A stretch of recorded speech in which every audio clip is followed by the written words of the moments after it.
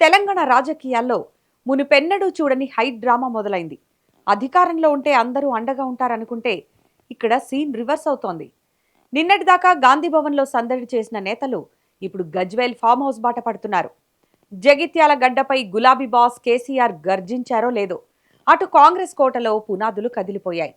40 ఏళ్ల అనుభవం ఉన్న సీనియర్ మోస్ట్ నేత Jeevan Reddy tata bye by చెప్పేస్తుంటే ఇక మిగిలిన తమ్ముళ్ళు ఆగుతారా?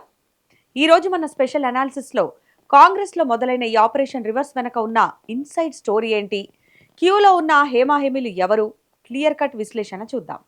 జగిత్యాల సాక్షిగా జరిగిన ఆ ఒక్క సభ తెలంగాణ కాంగ్రెస్ భవిష్యత్తును ప్రశ్నార్థకంలో పడేసింది.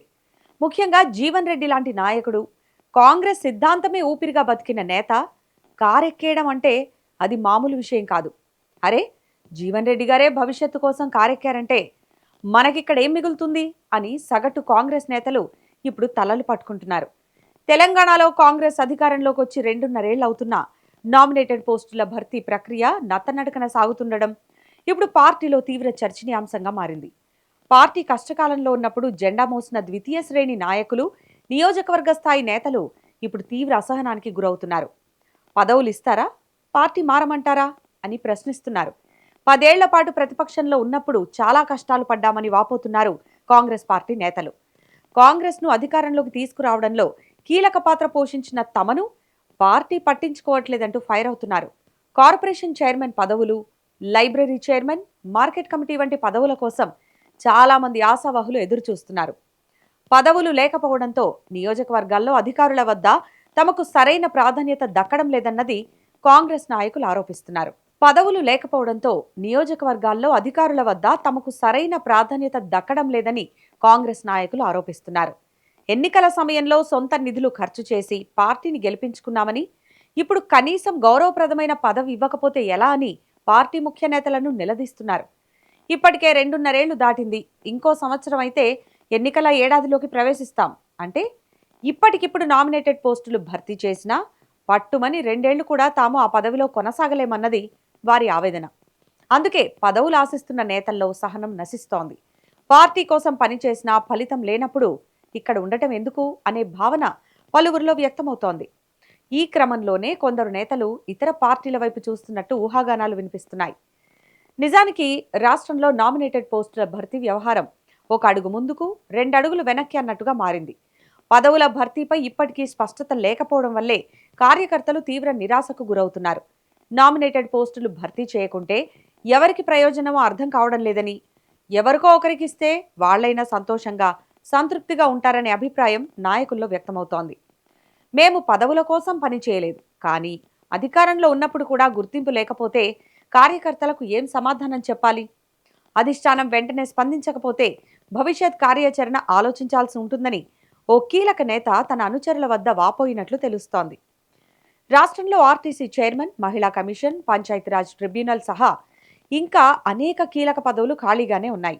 అంతేకాకుండా బీఆర్ఎస్ హయాంలో కొన్ని కుల సంఘాలకు ఫెడరేషన్లను ఏర్పాటు చేసింది. అవే కాకుండా కాంగ్రెస్ అధికారంలోకి వచ్చిన తర్వాత అదనంగా మరికొన్ని ఫెడరేషన్లు, సామాజిక వర్గాల కార్పొరేషన్లు ఏర్పాటు చేసింది. కానీ వాటిని ఇంకా భర్తీ చేయలేదు. గత 2 ఏళ్లుగా ఏదో ఒక కారణంతో వీటి భర్తీ వాయిదా పడుతూ వస్తోంది. నామినేటెడ్ పోస్టులను వెంటనే భర్తీ చేయాలని, పార్టీ కోసం కష్టపడ్డ వారికి పదవులు ఇవ్వాలని ఏఐసీసీ చీఫ్ మల్లికార్జున ఖర్గే, ప్రధాన కార్యదర్శి కేసీ వేణుగోపాల్ ఆదేశించి డెడ్లైన్లు విధించినా ఇంతవరకు పోస్టులు భర్తీ కాకపోవడంతో ఏ ముఖ్య నేత వీటిని అడ్డుకుంటున్నారని నిలదీస్తున్నారంట కాంగ్రెస్ నేతలు. అయితే ఇక్కడే ఓ ట్విస్ట్ చోటు చేసుకుంది. ఒకరు సిఫార్సు చేసిన పేరును మరొకరు వ్యతిరేకిస్తున్నారు.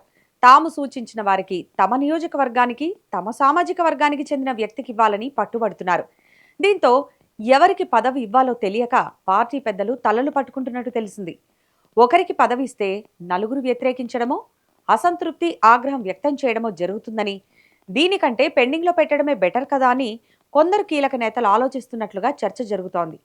నామినేటెడ్ పదవులు భర్తీ చేయకపోవడంతో ఆశావహులతో పాటు కార్యకర్తల్లో సైతం ఆగ్రహం పెరిగిపోతోందని పార్టీ నాయకులు బహిరంగంగానే చెబుతున్నారు. ఎన్నాళ్లు పెండింగ్లో పెడతారని మంత్రులు, ఎమ్మెల్యేలను వారు ప్రశ్నిస్తున్నట్టు తెలిసింది. దీంతో నేతలు తమ దారి తాము చూసుకుంటున్నారు. ఇప్పుడు అసలు కథలోకి వద్దాం. కేవలం జీవన్ రెడ్డి మాత్రమే కాదు, ఆయన వెంటే ఒక భారీ సైన్యం సిద్ధంగా ఉంది. ఇంటెలిజెన్స్ వర్గాల సమాచారం ప్రకారం ఆ లిస్టులో ఉన్న పేర్లు వింటే గాంధీ భవన్కు వణుకు పుట్టాల్సిందే. ఏనుగు రవీందర్ ఎప్పటి నుంచో గులాబీ గూటికి చేరాలని ఉవ్విళ్లూరుతున్న ఈయన ఇప్పుడు ముహూర్తం ఖరారు చేసుకున్నారని తెలుస్తోంది. త్వరలోనే ఈయన కారెక్కడం ఖాయంగా కనిపిస్తోంది. కస్తూరి నరేంద్ర కాంగ్రెస్లో కస్తూరి వాసన లేదని ఈయన ఎప్పుడో డిసైడ్ అయ్యారు. ఈయన కూడా బీఆర్ఎస్లో చేరతారనే ప్రచారం జరుగుతోంది. భిక్షపతి కాంగ్రెస్ పార్టీని నమ్ముకుంటే భిక్షమే మిగిలేలా ఉందని భావిస్తున్న తరుణంలో గులాబీ కండువా కప్పుకోవడానికి గ్రీన్ సిగ్నల్ ఇచ్చేశారట.